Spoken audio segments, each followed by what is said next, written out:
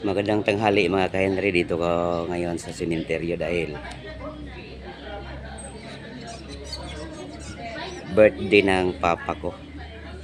Kahit namayapa na siya, celebrate pa rin namin yung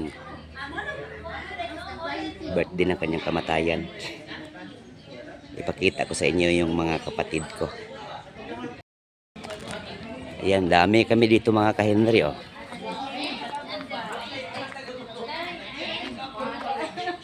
I-vlog ko kayo ha, mga kapatid. Ito oh, nagsama-sama kami dito mga ka-Henry, oh. Oh, mga relatives namin, mga kapatid ko. Isa lang kulang namin dito, yung panganay na babae.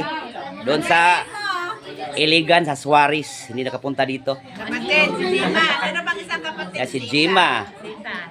Ito si Sita.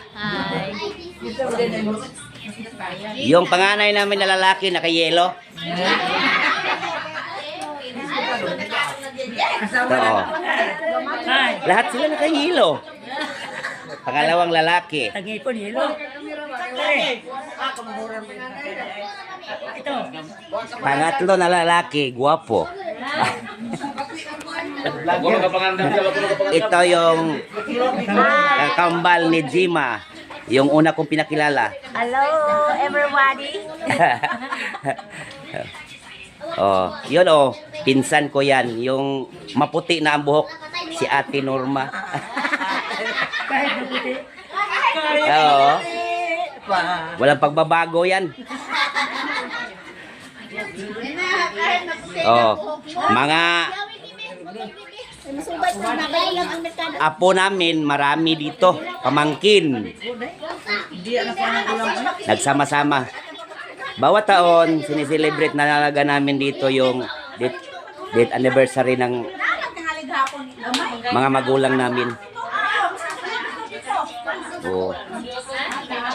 Happy lang dito. Para masaya naman kahit patay na yung katawan niya pero buhay pa yung espiritu niya. Makikita niya kami dito na nagkasiyahan. Ha? Siyahan ba? Okay, may siguro may mamaya may darating pa. Salamat sa panonood. Oh. Ay, baka malasing ka niyan. Oo. Yun talaga ya. Pagkita tong putahin namin, oh. Oh, Biko. Pwede kayo mag-order dito. Nanay ko nagawa nito. Ubos na. May cake. Ito yung dinala nilang handa. Marami.